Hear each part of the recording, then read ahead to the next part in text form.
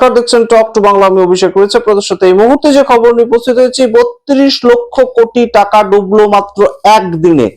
গতকাল ছিল সপ্তাহের শেষ দিন শেয়ার মার্কেটে, এবং আমরা সারা জানুয়ারি মাস ধরে আপনাদেরকে দেখিয়েছি যে কিভাবে শেয়ার মার্কেটে ধস নামছে, এবং সেই ধসটা সবচেয়ে বেশি পরিমাণ বোধহয় নামলো 32 লক্ষ কোটি টাকা। একটা কোম্পানির শেয়ার ডুবলো এবং একদিনে সেটা ডুবলো, এবং তার ফলে সারা পৃথিবীর যে শেয়ার মার্কেট সেখানে মারাত্মকভাবে ধস নেমেছে।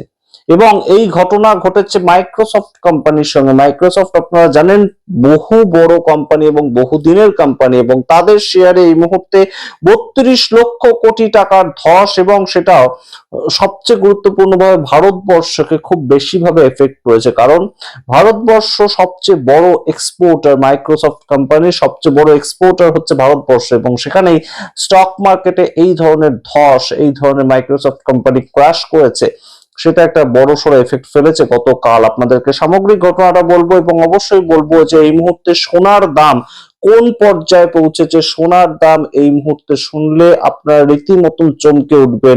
রুপোর দাম এই মুহূর্তে কোন পর্যায়ে পৌঁছেছে, এবং টাকার মূল্য $1 ভিত্তিতে কোন পর্যায়ে পৌঁছেছে, সমস্তটাই আপনাদের সামনে রাখলে আপনারা ভাববেন যে আগামী 1 তারিখ কিসের ভিত্তিতে বাজেটটা ঠিক প্রকাশ করবে মোদী সরকার। সমস্তটা বলবো, তার আগে অবশ্যই টক টু বাংলা ইউটিউব চ্যানেলকে সাবস্ক্রাইব করুন, এই ভিডিও শেষ অবধি দেখুন, স্কিপ না করে।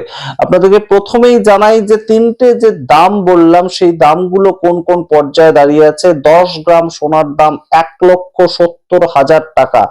এই মুহূর্তে 10 গ্রাম সোনার দাম ভারতবর্ষে 1,70,000 টাকায় দাঁড়িয়েছে, এবং তার সঙ্গে টাকার দাম যদি বলি, $1 সমান প্রায় এই মুহূর্তে 93 টাকার কাছাকাছি গিয়ে দাঁড়িয়েছে। 92 টাকা হয়ে গিয়েছে, 93 টাকার কাছাকাছি $1 মূল্য।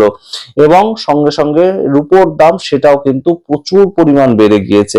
এগুলো হচ্ছে যারা আপনারা একদম বাজারে কেনাকাটি করেন তাদের জন্য বললাম। এবং এই মুহূর্তে গতকাল মাইক্রোসফটের যেভাবে 32 লক্ষ কোটি টাকা ভারতীয় মুদ্রা অনুযায়ী ডুবে গিয়েছে, তাতে আর যাই হোক না কেন আইটি সেক্টরে কেউ কিন্তু এই মুহূর্তে আর টাকা ইনভেস্ট করতে চাইছেন না, এবং ভারতবর্ষের স্টক মার্কেট বেশ খানিকটা চাপে পড়েছে।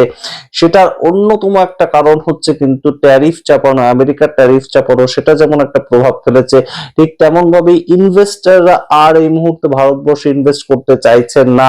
2020 সালের পর এত পরিমাণ স্টকের যে ধস নামা সেটা আর নামেনি। এই মুহূর্তে 10%-এর বেশি ধস নেমেছে মাইক্রোসফট। যা খবর শেষ পর্যন্ত আমরা পেয়েছি, সেন্সেক্সের পয়েন্ট 320 পয়েন্ট পড়ে গিয়েছে, এবং নিফটির পয়েন্ট 100 পয়েন্ট পড়ে গিয়েছে। এবং সেই জায়গাটা কিন্তু সবচেয়ে তাৎপর্যপূর্ণ যে কোনোভাবেই এই পয়েন্টগুলো যেখানে ওপরে থাকার কথা সেগুলো কোনোভাবেই ঠিক হচ্ছে না। এবং মোদী সরকার কিসের ওপর ভিত্তি করে ঠিক 1 তারিখ বাজেট পেশ করতে চলেছে আমরা জানি না। কোনো না কোনো ঘটনা তো ঘটছে পেছনের পেছনে। এবং এই যে সোনার দাম বেড়েছে, এইটার পেছনে বড় সড়ো একটা আপডেট উঠে আসছে। 1,72,000 টাকা এই মুহূর্তে সোনার দাম। এটা কোন পর্যায়ে পৌঁছে গিয়েছে? আপনারা মনে করুন যে গত 1 বছর আগেও সোনার দাম কততে ছিল? 2025 সালের শুরুর দিকে সোনার দাম কত ছিল? 80,000 টাকা। সেখান থেকে এই ধরনের এত বড় টাকা কেন বৃদ্ধি পেল, এই প্রশ্ন তো ওঠেই। এবং তার সঙ্গে প্রশ্ন ওঠে যে এর পেছনে কি কোনো ধরনের কোনো কালোবাজারি কাজ করছে না তো? অর্থাৎ বহু পরিমাণ সোনা কোনো না কোনো কোম্পানি কিনে রেখে দিয়েছে, এবং সেখানে এই জন্য এই দামটা কৃত্রিমভাবে বাড়ছে। এই ধরনের কোনো কাজ হচ্ছে না তো? ইন্টারন্যাশনাল মার্কেটের সঙ্গে অবশ্যই সোনার দাম ভ্যারি করে। প্রতিদিন যে সোনার দাম বাড়ছে সেটা অবশ্যই ইন্টারন্যাশনাল মার্কেট অনুযায়ী ভ্যারি করে, কিন্তু এই মুহূর্তে সোনার দামের যেভাবে বৃদ্ধি ঘটছে সেটা কোথাও গিয়ে একটা প্রশ্ন কিন্তু তুলছেই। এর পেছনে নরেন্দ্র মোদী সরকার কিংবা কেন্দ্রীয় সরকার তারা কিভাবে কোন নীতি নির্ধারণ করছে? আমেরিকার সঙ্গে যে ট্রেড ডিল হওয়ার কথা সেটা কোন পর্যায়ে দাঁড়িয়ে আছে?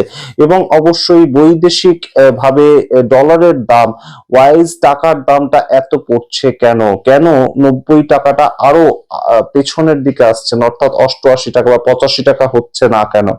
আমরা তো দেখেছি যে এর আগে যখন নরেন্দ্র মোদী সরকার ক্ষমতায় আসেনি তখন 68 টাকা একবার টাকার দাম হয়ে গিয়েছিল, সর্ব উচ্চতায় যখন পৌঁছেছিল, মানে সবচেয়ে খারাপ অবস্থায় যখন গিয়েছিল তখন 68 টাকা ছিল $1 সমান। তখনই নরেন্দ্র মোদী একদম হৈ হৈ করে বলেছিলেন বিরোধীর জায়গা থেকে যে এই যে টাকার দাম পড়ছে তাতে দেশের সম্মান পড়ছে, কিন্তু প্রত্যেক দিন আমরা এখন দেখতে পাচ্ছি যে $1 সমান কখনো 91 টাকা, কখনো 91 টাকা 50 পয়সা, কখনো 91 টাকার থেকে সেটা হয়ে যাচ্ছে 92 টাকা। সেই জায়গাটা কেন দাঁড়াচ্ছে এই মুহূর্তে, কেন আবারও সরাসরি টাকার দাম 88 টাকায় নেমে আসছে না, টাকার দাম 85 টাকায় নেমে আসছে, এই প্রশ্নগুলো ওঠে।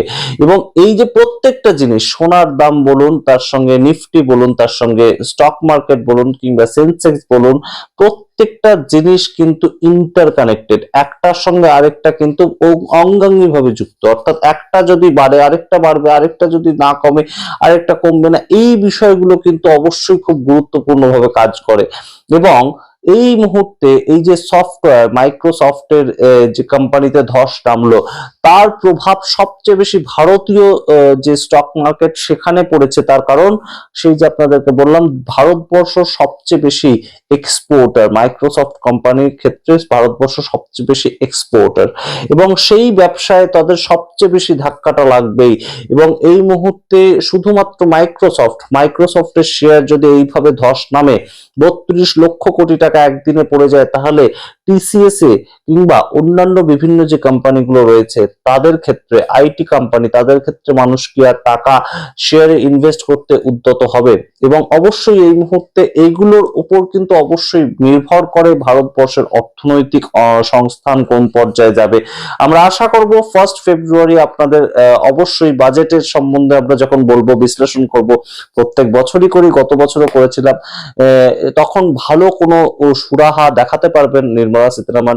আমরা আশা করব কেন্দ্রীয় সরকার মধ্যবিত্তদের কথা ভাববেন, আমরা আশা করব কেন্দ্রীয় সরকার উচ্চ মধ্যবিত্তদের কথা ভাববেন, এবং অবশ্যই নিম্ন মধ্যবিত্তদের কথা ভাববেন, এবং নিম্নবিত্ত যারা তাদের কথা ভাববেন। বাজেটে কোনো না কোনো দিক থেকে কোনো না কোনো সুরাহা পাওয়া যাবে, আমরা অবশ্যই আশা করব। কিন্তু কেন্দ্রীয় সরকার কেন আমেরিকার সঙ্গে ট্রেড ডিল করতে এখনো ব্যর্থ? কেন ট্যারিফ সম্বন্ধে তারা একটাও কথা বলতে পারছে না? 50% ট্যারিফ দিতে হচ্ছে ভারতবর্ষকে, কিন্তু ভারত সরকার সম্পূর্ণভাবে চুপ। এই বিষয়গুলো কিন্তু অনেকাংশে সামগ্রিকভাবে ভারতবর্ষের যে অর্থনীতি, যেটাকে ডোনাল্ড ট্রাম্প বলেছিলেন মৃত অর্থনীতি, সেই বিষয়টাকে আরো একটু অগ্রসর করছে সেই দিকেই। এখনো পর্যন্ত কেন্দ্রীয় সরকার সম্পূর্ণ বিষয়টা নিয়ে কেন চুপ? যেখানে দাঁড়িয়ে সোনার দাম যেভাবে বাড়ছে, লাফিয়ে লাফিয়ে বাড়ছে বললেও ভুল বলা হবে, রূপোর দাম যেভাবে বাড়ছে সেটাও মারাত্মক, এবং অবশ্যই টাকার দাম যেভাবে পড়ছে, সেই জায়গা থেকে কেন কেন্দ্রীয় সরকার তাদের পক্ষ থেকে কোনো সিদ্ধান্ত গ্রহণ করছে না? কেন তারা এখনো চুপ সম্পূর্ণভাবে? কেন বিজেপির কোনো কেন্দ্রীয় মন্ত্রী কোনো বয়ান দিচ্ছেন না? সব কেন্দ্রীয় মন্ত্রীকে চুপচাপ শুধুমাত্র ধর্মের ভিত্তিতে রাজনীতি করাতে বিশ্বাস করেন। এই প্রশ্ন ওঠে এই মুহূর্তে, অবশ্যই আপনাদের সামনে রাখলাম। সমস্তটা আপনারা আপনাদের মতামত কমেন্ট বক্সে কমেন্ট করুন। দেখতে থাকুন টক টু বাংলা। অবশ্যই টক টু বাংলা ইউটিউব চ্যানেলকে সাবস্ক্রাইব করে দিন। ধন্যবাদ।